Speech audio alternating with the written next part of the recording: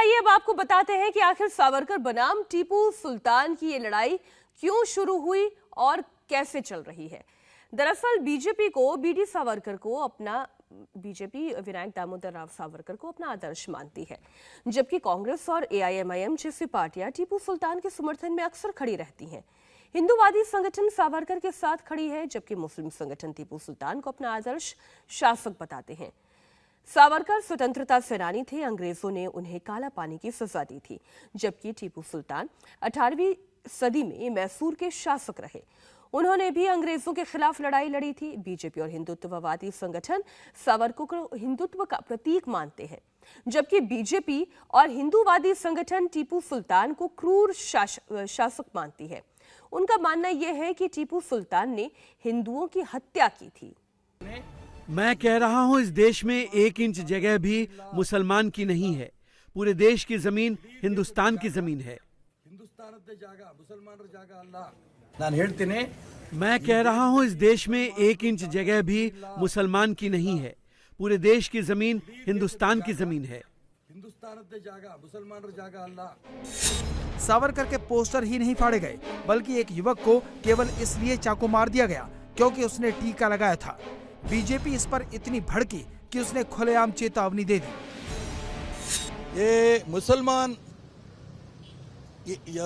लोगों में कौन सीनियर्स है, उसको मैं रिक्वेस्ट कर रहा हूँ, आपका यूथ राष्ट्रद्रोही काम वो कौन कर रहा है, उनके ऊपर आप उनको क्या बोलना बोलो, नहीं तो ये हिंदू समाज है और पुलिस डिपार्टमेंट है, उनको क्या हम सिखाना है, हम सीखेंगे। हिंदू समाज उठ गया तो ये राष्ट्रद्रोही एक्टिविटीज नहीं बचेगा।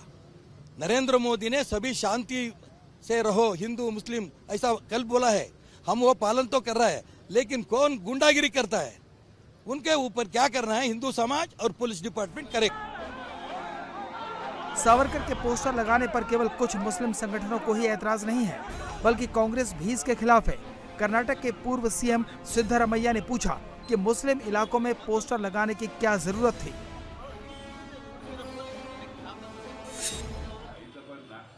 उन्होंने मुस्लिम इलाकों में सावरकर के पोस्टर लगाए और टीपू सुल्तान के पोस्टर हटा दिए। बीजेपी डबल स्टैंडर्ड की राजनीति कर रही है।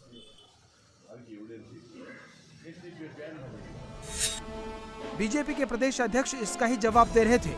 कर्नाटक के गृह मंत्री ने भी कांग्रेस से पूछा कि जिस इलाके में मुसलमान रहते हैं, क्या वो हिंदुस्तान का हिस्सा नहीं है। शिवमोगा में अभी हालात कंट्रोल में है। पुलिस की प्लाटून के साथ साथ रैपिड एक्शन फोर्स को भी तैनात किया गया है। पुलिस ने रूट मार्च किया है। अभी तक 4 लोगों को गिरफ्तार किया गया है। जिस युवक को चाकू से मारा गया था, उससे मैंने हॉस्पिटल में जाकर मुलाकात की है। किसी भी दोषी को बख्शा नहीं जाएगा। इस घटना पर भी हमने तुरंत एक्शन लिया। इस तरह की घटनाओं को पूरी तरह रोका नहीं जा सकता। कांग्रेस हर मुद्दे पर मेरा इस्तीफा मांगती है। इस घटना में लोगों को भड़काने का काम कांग्रेस की पार्षद के पति ने किया। सिद्धारमैया कह रहे हैं कि मुस्लिम इलाकों में सावरकर की फोटो लगाई गई, लेकिन मैं सिद्धारमैया से पूछना चाहता हूं कि जिन इलाकों में मुसलमान रहते हैं, क्या वो भारत का हिस्सा नहीं है? आखिर वहां सावरकर की फोटो क्यों नहीं लगाई जा सकती? फिलहाल शिवमोगा में हालात काबू में हैं। पैरामिलिट्री फोर्सेस और पुलिस ने शिवमोगा में फ्लैग मार्च किया। कर्नाटक पुलिस के 2000 जवान शिवमोगा और इसके पड़ोसी जिले भद्रावती में तैनात किए गए हैं। रैपिड एक्शन फोर्स की 2 कंपनियां भी बुलाई गई हैं। शिवमोगा के एसपी की मदद के लिए अलग अलग जिलों से 3 एसपी और 4 एडिशनल एसपी को बुलाया गया है। सीआईडी की एक स्पेशल टीम को भी तैनात किया गया है। 3 दिन तक धारा 144 भी लगाई गई है। इस विवाद के पीछे भी पीएफआई का नाम सामने आ रहा है। पीएफआई के स्टूडेंट यूनियन एसडीपीआई ने मॉल में वीर सावरकर के फोटो हटाने की मांग को लेकर हंगामा किया। वहीं शिवमोगा के अमीर अहमद सर्कल पर टीपू सुल्तान की फोटो का हिंदूवादी संगठनों ने विरोध किया। कहा कि टीपू सुल्तान स्वतंत्रता संग्राम सेनानी नहीं था। हिंदूवादी संगठनों के लोगों ने वहां वीर सावरकर की फोटो लगाई तो मुसलमानों ने सावरकर की फोटो उतार दी। इसके बाद पुलिस ने हंगामा कर रहे लोगों पर लाठियां बरसाई, जिसके बाद प्रेम सिंह को चाकू मारा गया। प्रेम सिंह को चाकू मारने वाले जबीउल्लाह के साथ ही नदीम, तनवीर और अब्दुल रहीम नाम के 3 और आरोपियों को गिरफ्तार कर लिया गया है। पुलिस अब इन सभी 4 आरोपियों से पूछताछ करेगी कि कहीं उनके रिश्ते पीएफआई, एसडीपीआई या इस तरह के किसी संगठन से तो नहीं है। 20 साल के जिस प्रेम सिंह नाम के लड़के को चाकू मारा गया वो राजस्थान के बाड़मेर का रहने वाला है। परिवार बहुत गरीब है, इसलिए रोजी रोटी की तलाश में शिवमोगा आया था। प्रेम कपड़े की दुकान पर काम करता था। किसी से उसकी दुश्मनी या रंजिश नहीं थी। प्रेम सिंह के रिश्तेदार ने बताया कि माथे पर टीका लगा होने की वजह से उस पर हमला किया गया। दुश्मनी कुछ भी नहीं थी, वो दुश्मनी बोला था अभी ये दुश्मनी तो थी नहीं, और वो अभी आया हुआ है 1.5 साल ही हुआ है और उसके पास मोबाइल है नहीं, और दुश्मनी किससे होती है, दुकान से बाहर निकलते नहीं, अभी बच्चा है 20 साल का, और ये दूसरों को किसी की दोस्ती नहीं थी। कैसे हो गया फिर ये हो गया, दुकान बंद करके घर पे आ रहा था, तिलक लगाया हुआ था, तिलक लगाने के हिसाब से उसको टारगेट कर दिया हिंदुओं को। तिलक लगाया था इसलिए उसको टारगेट किया हिंदुओं के ऊपर, लेकिन किसी से दोस्ती नहीं थी। पहले कभी होता रहता है, हिंदुओं के ऊपर होता रहता है, माहौल हिंदुओं के ऊपर होता रहता है।